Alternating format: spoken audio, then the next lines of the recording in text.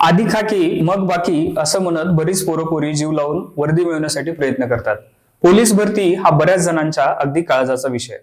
पण एवढा घाम गाळून मेहनत करून प्रामाणिकपणे तयारी करणाऱ्या पोरांसाठी आज समोर आलेली बातमी निराशा वाढवणारी ठरली आहे।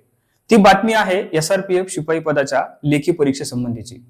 आदर्श भरती प्रक्रिया राज्यात अनेक भागात राबवली गेली। कित्येक ठिकाणी भरती प्रक्रियेदरम्यान केलेलं योग्य व्यवस्थापन चर्चेचा विषय बनलं होतं। मात्र पुण्याच्या राज्य राखीव पोलीस दल दौंड म्हणजेच SRPF या ठिकाणची शिपाई पदाची लेखी परीक्षा आता वादाच्या भोवऱ्यात अडकली आहे। त्यामागची कारण काय आहेत आणि विद्यार्थी तसंच विरोधी पक्षातील नेत्यांची यावर प्रतिक्रिया काय, हे सगळं प्रकरण आपण या व्हिडिओतून पाहणार आहोत। नमस्कार, मी श्रीकांत आणि तुम्ही पाहताय शिरस्ता। राज्य राखीव पोलीस बल गट क्रमांक 5 दौंड या ठिकाणच्या पोलीस शिपाई पदासाठीची भरती प्रक्रिया नुकतीच पार पडली। त्यासाठीची लेखी परीक्षा 2 मे रोजी घेण्यात आली। त्यावरील आक्षेप नेमके काय आहेत हे पाहण्यासाठी अगोदर आपण परीक्षेचे स्वरूप समजून घेऊ। तर परीक्षा एकूण 100 मार्क्सची होती। 100 प्रश्न आणि एका प्रश्नाला 1 गुण असं ह्या परीक्षेचं स्वरूप होतं। वस्तुनिष्ठ बहुपर्यायी स्वरूपाच्या या पेपरसाठी 90 मिनिटाचा वेळ होता। आता या पेपरवर आक्षेपाचा मुद्दा ठरले एक पुस्तक। महाराष्ट्र पब्लिकेशन या प्रकाशन संस्थेनं पोलीस भरती 2026 करिता 50 प्रश्न संच असलेलं आपलं पुस्तक प्रकाशित केले।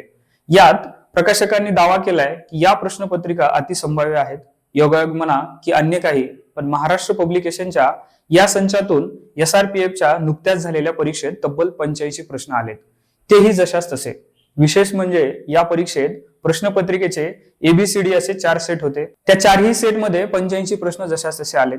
प्रश्नाचे 4 पर्याय देखील तसेच आहेत। यावरून आता वाद सुरू झालाय। पेपर झाल्यानंतर या प्रकाशन संस्थेने एक व्हिडिओ प्रकाशित करून 85 प्रश्न आल्याचा दावा केलाय। आपण आधी तो व्हिडिओ पाहू, त्यानंतर बाकी माहिती घेऊया।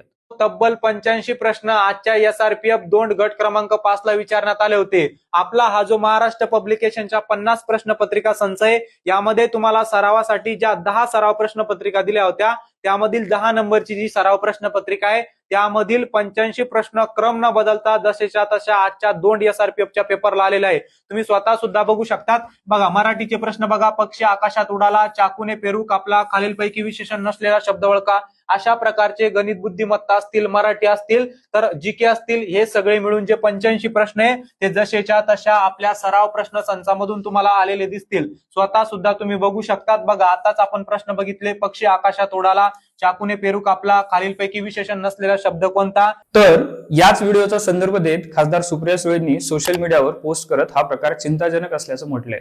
तर या प्रकरणाची सखोल चौकशी करण्याची त्यांनी मागणी शासनाकडे केली आहे। या व्यतिरिक्त आमदार रोहित पवार, विजय वडेट्टीवार यांनी देखील या संबंधीची सखोल चौकशीची मागणी केली आहे।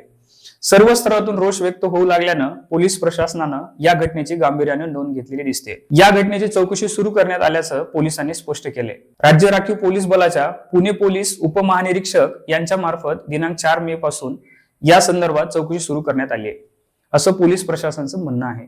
चौकशी पूर्ण होईपर्यंत सदरील दौंड गट क्रमांक 5 वरील भरती प्रक्रिया स्थगित करण्याचे आदेश देण्यात आले। तशा आशयाची प्रेस नोट जाहीर करण्यात आली। भरती प्रक्रिया राबवताना योग्य काळजी घेतली गेली नसल्याची भावना विद्यार्थ्यांमध्ये आहे। विद्यार्थी संघटनांकडून देखील या घटनेची सखोल चौकशी करण्याची मागणी करण्यात येत होती। महाराष्ट्र पब्लिकेशनच्या वतीने असा दावा करण्यात आलाय की 50 पेक्षा जास्त ठिकाणी 90हून अधिक प्रश्न जसेच्या तसे घेण्यात आलेत। त्यामुळे पोलीस भरती व्हायचं असेल तर महाराष्ट्र पब्लिकेशनच्या पुस्तकांशिवाय पर्याय नाही। या प्रकाशन संस्थेनं त्यांच्या टेलिग्राम चॅनलवर संबंधित मजकूर प्रकाशित केलाय। राज्यात अनेक ठिकाणी मागच्या काही दिवसात भरती प्रक्रिया पार पडल्या आहेत। छत्रपती संभाजीनगर येथील SRPF भरती प्रक्रिया अधिक चर्चेत राहिली। त्याला कारण ठरले येथील पोलीस अधीक्षक विक्रम साळी सर। चप्पलवर धावणाऱ्या तरुणांना शूज गिफ्ट करत विक्रम साळी यांनी संवेदनशीलतेचं दर्शन घडवलं होतं।